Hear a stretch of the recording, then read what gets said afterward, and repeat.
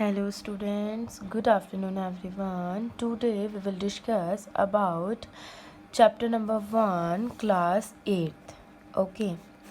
The name of the chapter number 1 is crop production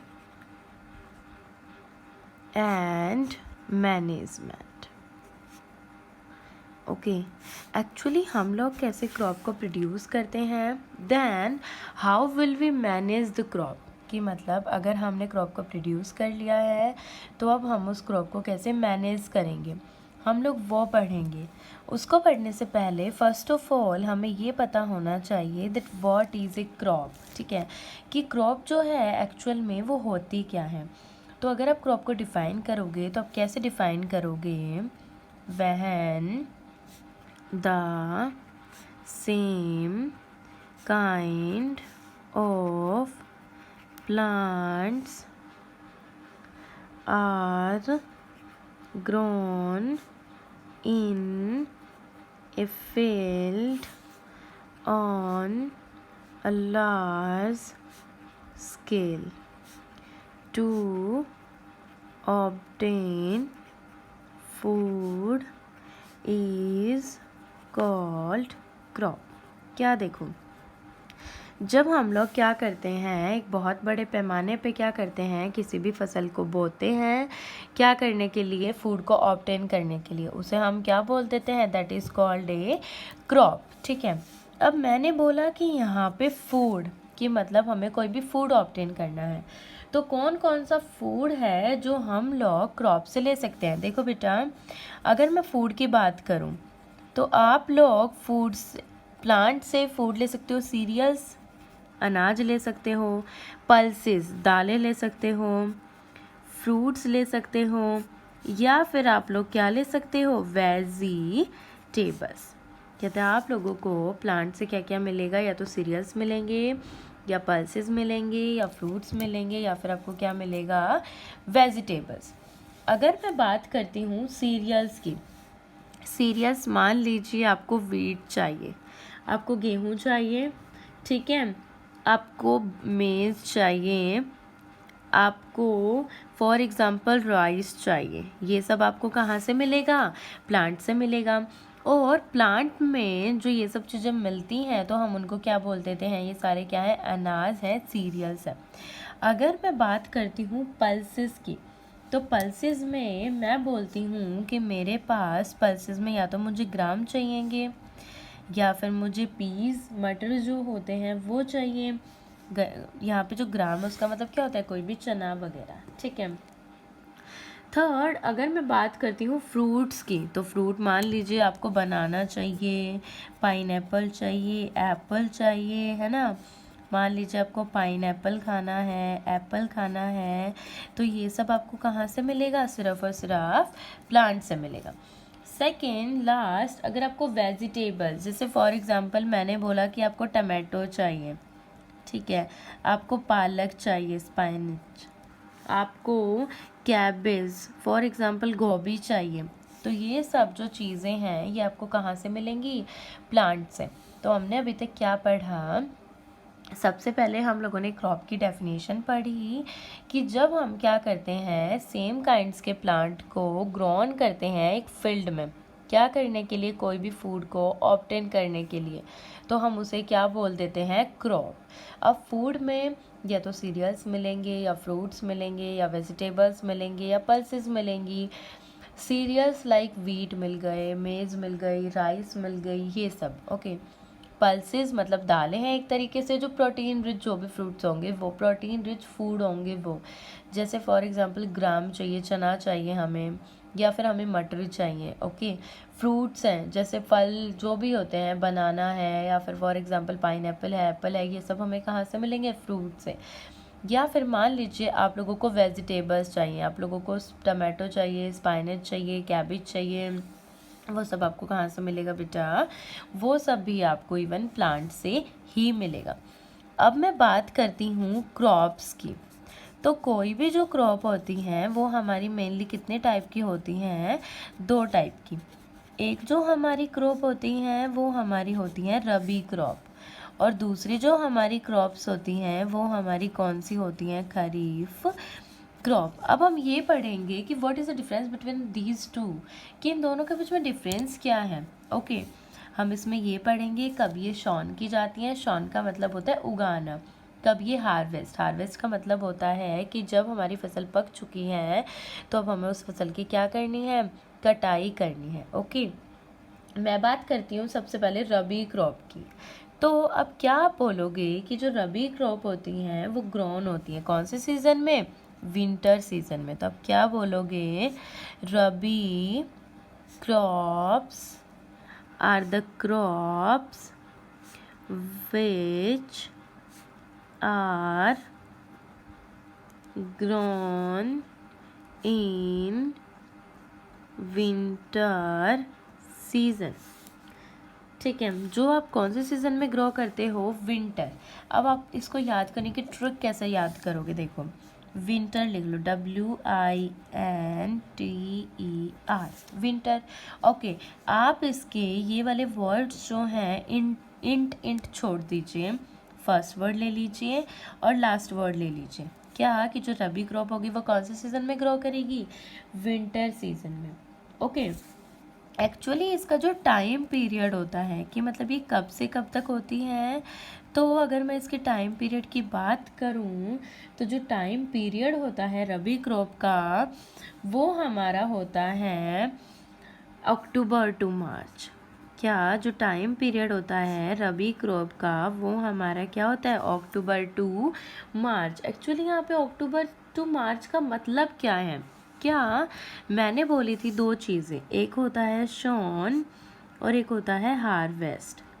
ठीक है, इसका मतलब एक तरीके से होता है बोना, ठीक है, बुआई जिसको हम लोग बोलते हैं, और इसका मतलब जो होता है वो होता है काटना। ओके अब मैंने बोला यहाँ पे अक्टूबर टू मार्च, इसका मतलब ये है कि जो हमारी रबी क्रॉप है वो अक्टूबर में क्या की जाएगी बेटा, शॉन की जाएगी, उगाई जाएगी, और मार्च में उसकी क्या कर ली जाएगी, हार्वेस्टिंग कर ली जाएगी, कटिंग कर ली जाएगी। ओके सो एग्ज़ाम्पल, जैसे फॉर एग्ज़ाम्पल मैं एग्ज़ाम्पल की बात करती हूँ रबी क्रॉप्स की, तो एग्ज़ाम्पल रबी क्रॉप्स के फॉर एग्ज़ाम्पल आप दे सकते हो, वीट दे सकते हो, ठीक है, ग्राम दे सकते हो, पीस दे सकते हो, मस्टर्ड दे सकते हो। ठीक है, ये सब जो हमारे एग्जाम्पल हैं ये हमारे किसके हैं, ये हमारे हैं रबी क्रॉप के। सबसे पहले आपने बोला कि रबी क्रॉप जो होती है वो क्रॉप होती है जिसको हम कौन से सीज़न में ग्रोन करते हैं, विंटर सीजन में। देन उसके बाद आपने बोला कि जो टाइम पीरियड होता है रबी क्रॉप का वो हमारा होता है अक्टूबर टू मार्च। यहाँ पे अक्टूबर टू मार्च का मतलब क्या है कि अक्टूबर में तो हम उसकी बुआई करेंगे, ठीक है, मतलब उसको बोएंगे, और फिर हम मार्च में क्या कर लेंगे, उसकी हार्वेस्टिंग कर लेंगे, उसकी कटाई कर लेंगे। एग्जाम्पल गेहूँ है, चने हैं, मटर है, सरसों है, ये सब हमारे किसके एग्जाम्पल हैं, रबी क्रॉप के। ओके सेकंड अगर मैं बात करती हूँ खरीफ क्रॉप की, किसकी बात करती हूँ, सेकंड में खरीफ crop.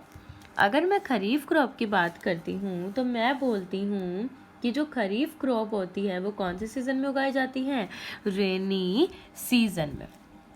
The crop rabi crops are the crops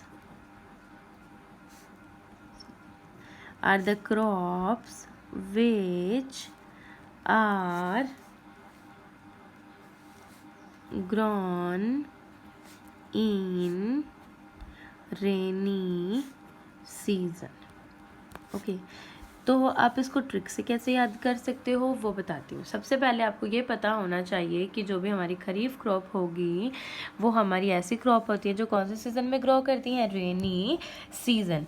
आप इसको याद कैसे कर सकते हो, के का मतलब खरीफ और आर का मतलब रेनी। कौन से सीज़न में ग्रो होती हैं ये, रेनी सीज़न में, और वो कौन से सीज़न में ग्रो होती थी, विंटर सीज़न में।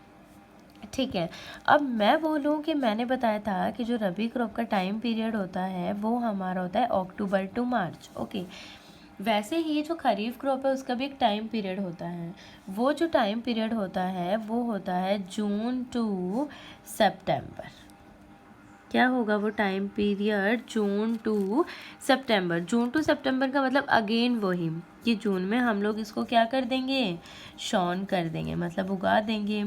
और फिर लास्ट सितंबर टू अक्टूबर हम इसको क्या कर लेंगे?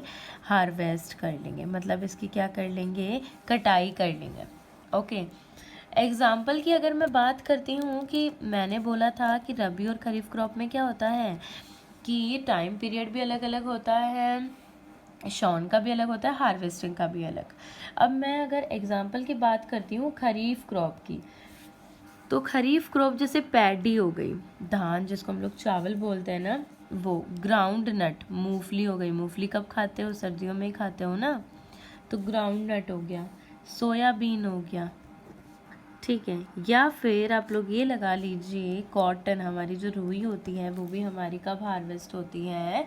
इन द सीजन ऑफ सितंबर, मतलब in the month of September, mainly rainy season में, ठीक है। सो अगर मैं बात करूँ तो हमने अभी तक क्या पढ़ा? That what is a crop, types of crop. Now we will discuss about the difference कि रबी क्रॉप और खरीफ क्रॉप में क्या डिफरेंस होता है, ठीक है। रबी क्रॉप और खरीफ क्रॉप में क्या डिफरेंस होगा? सबसे पहले मैंने बोला कि जो रबी क्रॉप होती है वो ग्रॉन की जाती है किसमें? विंटर सीजन में। तो rabi crop grown in winter season. सबसे पहला डिफरेंस तो ये हो गया कि जो भी हमारी रबी क्रॉप होगी वो हमारी सीजन में ग्रो की जाएगी। वो कौन सा सीजन होगा? Winter season. बट मैंने बोला कि जो खरीफ क्रॉप होती है वो हमारी ग्रोन होती है कौन से सीजन में? रेनी सीजन में। कौन से सीजन में ग्रोन होगी खरीफ क्रॉप? Rainy season. दूसरा, अगर मैं बात करती हूँ रबी क्रॉप की, तो बेटा मैंने रबी क्रॉप का टाइम पीरियड बताया आपको कि जो टाइम पीरियड होता है किसका? रबी क्रॉप का, वो हमारा क्या होता है? अक्टूबर टू मार्च, ठीक है। बट मैंने आपको बताया खरीफ क्रॉप का भी टाइम पीरियड, इसका जो टाइम पीरियड होता है वो हमारा अक्टूबर टू मार्च ना होके क्या होता है? June to September. Okay, third difference क्या होगा कि एक्चुअली मैंने बोला कि ये शॉन होगा अक्टूबर में, हार्वेस्ट होगा मार्च में। इसमें शॉन होगी जून में और हार्वेस्टिंग कब होगी? सितंबर में। अगर मैं थर्ड पॉइंट की बात करती हूँ एग्ज़ाम्पल, तो अगर मैं एग्ज़ाम्पल की बात करूँ तो रबी क्रॉप की एग्ज़ाम्पल कौन कौन से हैं? रबी क्रॉप के एग्ज़ाम्पल हैं वीट, गेहूँ जो होते हैं, ग्राम, चने जो होते हैं, पीस, मटर होते हैं, एंड मस्टर्ड। ये सब हमारे किसके एग्जाम्पल हैं? रबी क्रॉप के। बट अपार्ट फ्रॉम दिस अगर मैं बात करती हूँ खरीफ क्रॉप की, तो जो खरीफ क्रॉप है उसके एग्जाम्पल हैं जैसे पैडी हो गया, ठीक है, ग्राउंड नट हो गया, सोयाबीन हो गया, एंड कॉटन। ओके, तो अगर मैं बात करती हूँ तो अभी तक हमने क्या डिस्कस किया? अभी तक हमने पढ़ा that what is a crop. Crop को डिफाइन कैसे कर सकते हो? That when the same kind of plant are grown in a field on a large scale to obtain food. कि जब आप क्या करते हो, सेम काइंड के प्लांट्स को ग्रो करते हो बहुत बड़े पैमाने पर, क्या ऑब्टेन करने के लिए आपको क्या मिलेगा? फिर उससे फूड मिलेगा, that is called crop. Crop mainly दो टाइप की होती हैं, ये रबी क्रॉप या फिर खरीफ क्रॉप। सेकेंड, अगर आप बात करते हो, आपने बोला टू ऑब्टेन फूड, अगर हमें फूड चाहिए तो हमें फूड क्या मिलेगा? या तो सीरियल्स मिलेंगे, पल्सेस मिलेंगी, वेजिटेबल्स मिलेंगे, फ्रूट्स मिलेंगे। ओके, सो अगर मैं बात करती हूँ क्रॉप की, तो क्रॉप मेनली दो टाइप की होती है, एक होती है रबी क्रॉप, एक होती है हमारी खरीफ क्रॉप। रबी क्रॉप वो क्रॉप होती है जो हमारी मेनली ग्रोन होती है कौन से सीज़न में? विंटर सीज़न में, ठीक है। इसको हम लोग शोइंग करते हैं, फॉर एग्जांपल मैंने बोला था अक्टूबर में, और हार्वेस्ट हम कब करते हैं? मार्च में। एग्जांपल है जैसे वीट है, ग्राम है, पीस है, मस्टर्ड है। ओके, खरीफ क्रॉप की अगर मैं बात करती हूँ तो वो क्रॉप जो हमारी कौन से सीज़न में उगाई जाती है, रेनी सीज़न में। टाइम पीरियड मैंने बता दिया, जून से लेके सितंबर तक का होता है। ओके, डिफरेंस बहुत इजी है, अगर आप डिफरेंस याद कर लोगे सारी चीज़ें लर्न हो जाएंगी। सबसे पहला विंटर सीजन में उगता है, सेकेंड रेनी सीजन में उगता है। ये अक्टूबर से मार्च तक का टाइम पीरियड होता है, इसका टाइम पीरियड होता है जून से सितंबर। इसके एग्जांपल है गेहूं है, ग्राम है, पीज है, मस्टर्ड है। इसके एग्जांपल है पैडी है, ग्राउंडनट है, सोयाबीन है, कॉटन है, ये सब। ओके, अब अगर मैं बात करती हूँ बेसिक प्रैक्टिसेस, मैंने बोला हमारे चैप्टर का नाम क्या है, क्रॉप प्रोडक्शन एंड मैनेजमेंट। तो अब हमें क्या करना है, मान लीजिए हमें कोई भी क्रॉप है, अगर हमें उसको प्रोड्यूस करना है तो कौन कौन सी बेसिक प्रैक्टिसेस हैं जो हम लोग करते हैं। ठीक है, हमने बोला ना चैप्टर का नाम ही पढ़ रहे हैं अभी तक तो हम, क्रॉप प्रोडक्शन मैनेजमेंट। तो अब हम क्या पढ़ेंगे, अब हम पढ़ेंगे basic practices of crop production, कि जो हमारी क्रॉप का प्रोडक्शन होता है उसमें कौन कौन सी प्रैक्टिसेस हैं जो हमें करनी होती हैं। मतलब एक फार्मर जो है या फिर कोई भी क्रॉप्स वगैरह को ग्रो करता है तो क्या क्या करते हैं हम लोग। ठीक है, सबसे पहले मैंने बोला प्रैक्टिसेस। तो अब मैं बात करूं तो एक टर्म आती है दैट इज एग्री कल्चर, एक टर्म आती है एग्रीकल्चर और एक टर्म आती है एग्रीकल्चरल प्रैक्टिसेस। क्या, एक टर्म आती है हमारी एग्रीकल्चर एंड सेकेंड टर्म आती है हमारी agriculture practices. Agriculture for example, agriculture क्या होता है कि जिसमें वही बात, हम लोग प्लांट्स को ग्रो करते हैं। क्यों ग्रो करते हैं, क्योंकि हम लोगों को फूड चाहिए। तो आप इसमें क्या डेफिनेशन दोगे कि the growing of plants in the field. अब क्यों ग्रो कर रहे हो, for obtaining the food, for obtaining the food, मतलब आप फूड को ऑब्टेन करने के लिए जो भी प्लांट्स की ग्रोइंग कर रहे हो उसको आप क्या बोल दोगे, एग्रीकल्चर। ठीक है, लेकिन इसके अलावा जो दूसरी टर्म है वो है एग्रीकल्चरल प्रैक्टिसेस, कि आप कौन कौन सी प्रैक्टिसेस करोगे। जैसे एग्ज़ाम पास आते जब हम लोग बहुत मेहनत करते हैं ना, बहुत हार्ड वर्क करते हैं ताकि हम लोग अच्छे मार्क्स ले आए। ओके, तो वैसे ही जो एक हमारा फार्मर होता है वो भी क्या करता है, काफ़ी ऐसे टास्क करता है ताकि जो उसकी फसल हो वो क्या हो, बहुत ही अच्छी हो। ओके, तो अगर आप बात करते हो एग्रीकल्चरल प्रैक्टिसेस की, तो एग्रीकल्चरल प्रैक्टिसेस में आप सबसे पहले अगर आप कुछ भी पढ़ रहे हो तो आपको ये पता होना चाहिए कि उस चीज़ का मतलब क्या है। ठीक है, आपको सबसे पहले उसकी डेफिनेशन पता होनी चाहिए। तो एग्रीकल्चरल प्रैक्टिसेस में आप क्या पढ़ते हो कि the various tasks performed by a farmer, क्या करने के लिए, अ फार्मर जो काफ़ी टास्क को परफॉर्म कर रहे हैं वो क्यों कर रहे हैं, to produce a good crop. मतलब अगर एक किसान है और उसको बहुत ही अच्छी फसल को प्रोड्यूस करना है, सभी चाहते हैं कि हमारी फसल अच्छी हो, तो जो भी टास्क जो भी किसान करता है क्या करने के लिए, एक गुड क्रॉप को प्रोड्यूस करने के लिए, उसे हम लोग क्या बोलते हैं, एग्री कल्चरल प्रैक्टिसेस। क्या बोलते हैं बेटा हम उसको, एग्रीकल्चरल प्रैक्टिसेस। किसको बोलते हैं एग्रीकल्चरल प्रैक्टिसेस, वो वेरियस टास्क, वो अलग अलग टाइप के तरीके जो हमारा किसान परफॉर्म करता है क्या करने के लिए, एक अच्छी फसल को प्रोड्यूस करने के लिए, उसे हम लोग क्या बोल देंगे, एग्रीकल्चरल प्रैक्टिसेस। अब एग्रीकल्चरल प्रैक्टिसेस में काफ़ी स्टेजेस होती हैं, वो कौन कौन सी होंगी देखिए।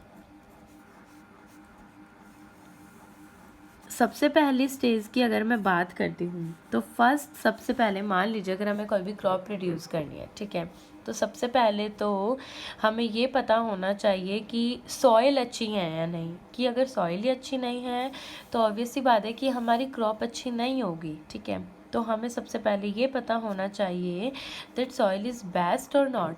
इसके लिए हम सबसे पहले क्या करते हैं, हम जो करते हैं वो सबसे पहले करते हैं प्रिपरेशन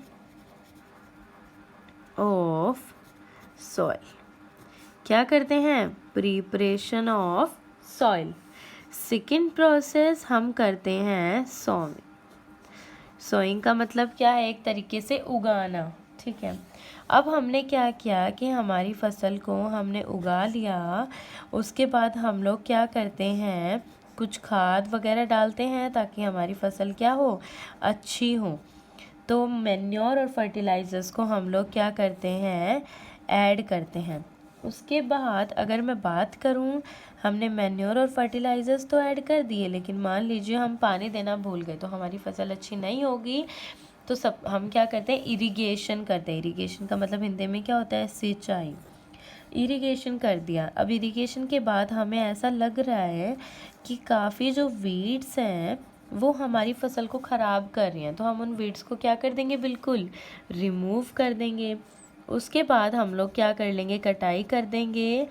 एंड कटाई के बाद हम लोग क्या कर लेते हैं, स्टोरेज कर सकते हैं। किसका स्टोरेज कर सकते हैं, फूड ग्रेन्स का। जैसे गेहूँ वगैरह को हम लोग स्टोर करके नहीं रखते, तो हम लोग क्या करते हैं, स्टोरेज करते हैं। किसका स्टोरेज करते हैं, फूड ग्रेन का। हमने सबसे पहले क्या पढ़ा कि एग्रीकल्चर क्या होता है। एग्रीकल्चर वही होता है कि the growing of plant in the field for obtain the food. हम लोग क्या करते हैं, किसी भी प्लांट्स को उगाते हैं खेतों में, क्या करने के लिए, खाना को ऑब्टेन करने के लिए। तो उसे हम क्या बोल देते हैं, एग्रीकल्चर, ठीक है।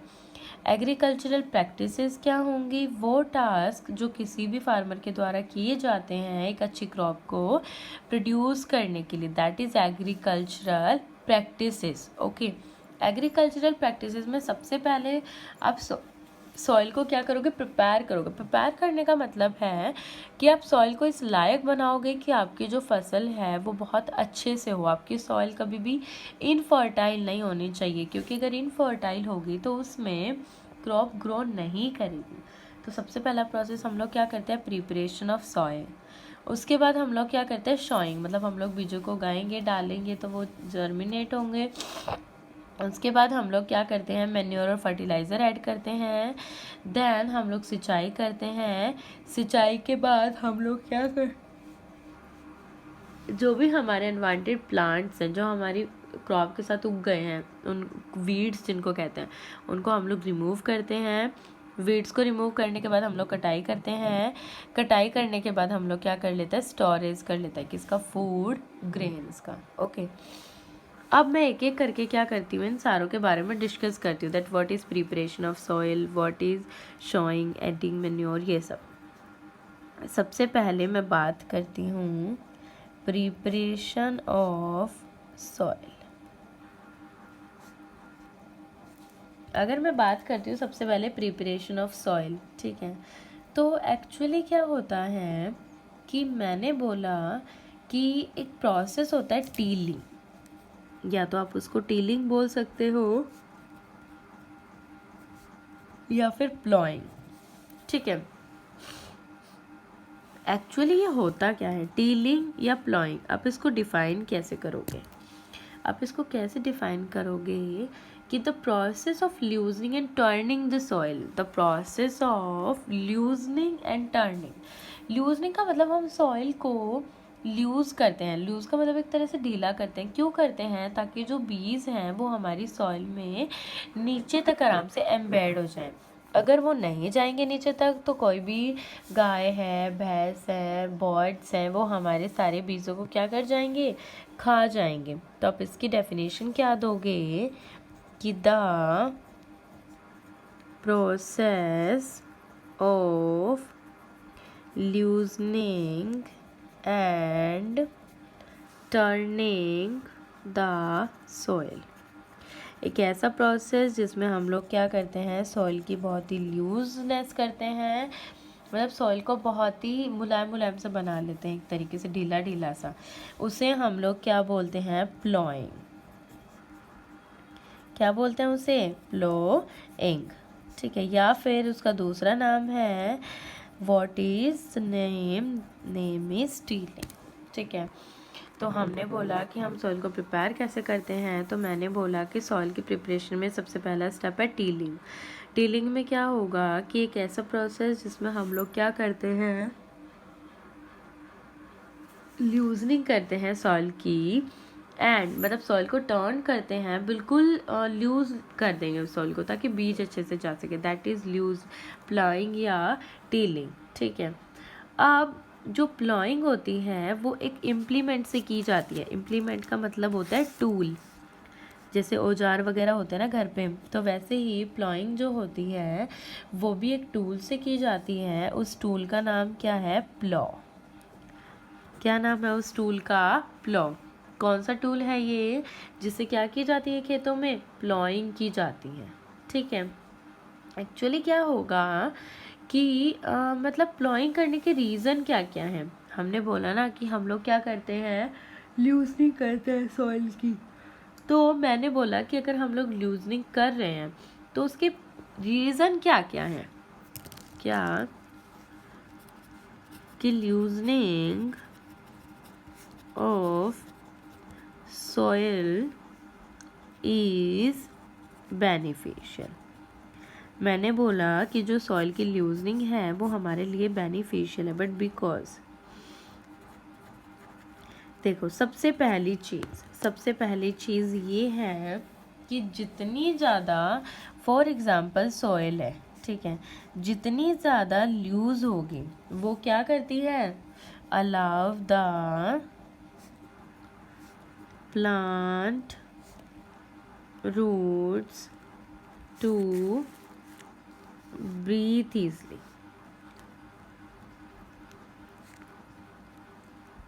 सबसे पहली बात तो ये होती है कि अगर मान लीजिए सॉइल बहुत ही लूज है तो हमारा जो प्लांट की जो भी रूट्स हैं वो क्या कर सकती हैं, बहुत ईजली ब्रीद कर सकती हैं।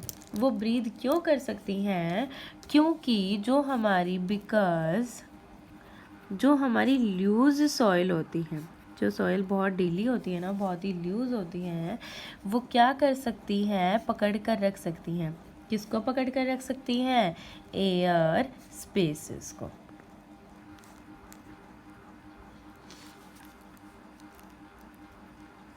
A lot of air in its spaces। मैंने क्या बोला, सबसे पहली बात मैंने बोली कि अगर हमारी सॉइल लूज है तो कोई भी जो प्लांट है वो इजीली ब्रीथ कर सकता है, सांस ले सकता है। क्यों, क्योंकि हमें पता है जो लूज सॉइल है वो क्या करती है, बहुत सारी जो एयर होती है उसको पकड़ कर रखती है। ठीक है, दूसरी बात अगर मैं करती हूँ तो मान लीजिए अगर सॉइल लूज है, अगर सॉइल ढीली है तो जितनी ज़्यादा सॉइल ढीली होगी उतना हमारी जो प्लांट है उसकी जो रूट्स हैं वो क्या करती हैं, ईजली पेनिट्रेट करती हैं। ठीक है, अगर वो ईजली पेनिट्रेट कर रही हैं तो दैट मीन्स कि ये जो हमारा प्लांट है ये क्या है, ग्राउंड से बहुत ज़्यादा एक तरीके से बंधा हुआ है। ठीक है, सो मैंने बोला कि सबसे पहला फ़ायदा क्या है कि इसकी वजह से अगर सोयल लूज होगी तो हमारा प्लांट जो है वो इजीली ब्रीथ कर सकता है, सांस ले सकता है। दूसरी चीज़ ये है कि अगर प्लांट लूज सॉइल होगा तो उसकी वजह से क्या होगी,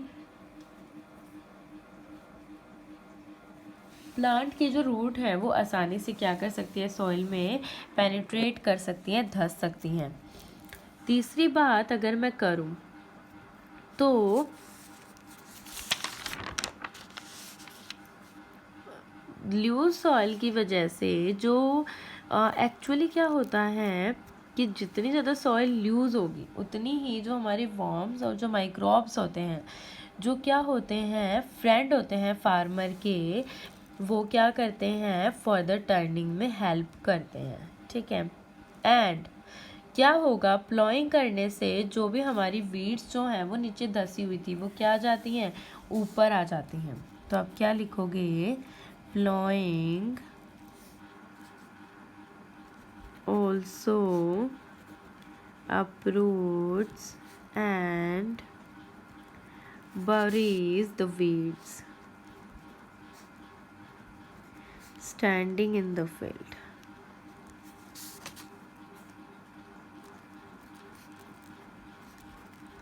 कि जो भी हमारी खड़ी थी वीड्स का मतलब जो अनवांटेड पार्टिकल्स हैं जिनका हमको कोई यूज़ नहीं है, वो वाली जो हमारी वीड्स हैं जो खड़ी थी वो भी हमारी क्या हो जाती हैं, ऊपर आ जाती हैं जो धसी हुई थी, और फाइनली क्या हो जाती हैं, वो किल हो जाती हैं। ठीक है, नेक्स्ट अगर मैं बात करती हूँ कि सॉइल की लूजनिंग की वजह से और क्या क्या होगा, तो अगर मैं सॉइल की लूजनिंग की बात करती हूँ तो सॉइल की लूजनिंग की वजह से क्या होता है, मतलब मान लीजिए हमारी ऊपर वाली जो सॉइल है उसमें इतने न्यूट्रिएंट्स नहीं हैं, लेकिन प्लॉइंग के बाद जो नीचे की सॉइल में न्यूट्रिएंट्स थे वो ऊपर आ गए। ठीक है, तो अब मेरा फ़ायदा क्या है कि जो भी मेरे न्यूट्रिएंट्स हैं वो मुझे प्रॉपर तरीके से अपने प्लांट के लिए जितने चाहिए वो उतने मिल सकते हैं। ठीक है, ये था हमारा कि हम जो हमारी प्लॉइंग होती है वो करते क्यों हैं। अब अगर मैं बात करती हूँ, फॉर एग्ज़ाम्पल मैंने बोला कि सॉइल इरोजन क्या होता है, मैंने बोला सॉइल इरोजन क्या होता है।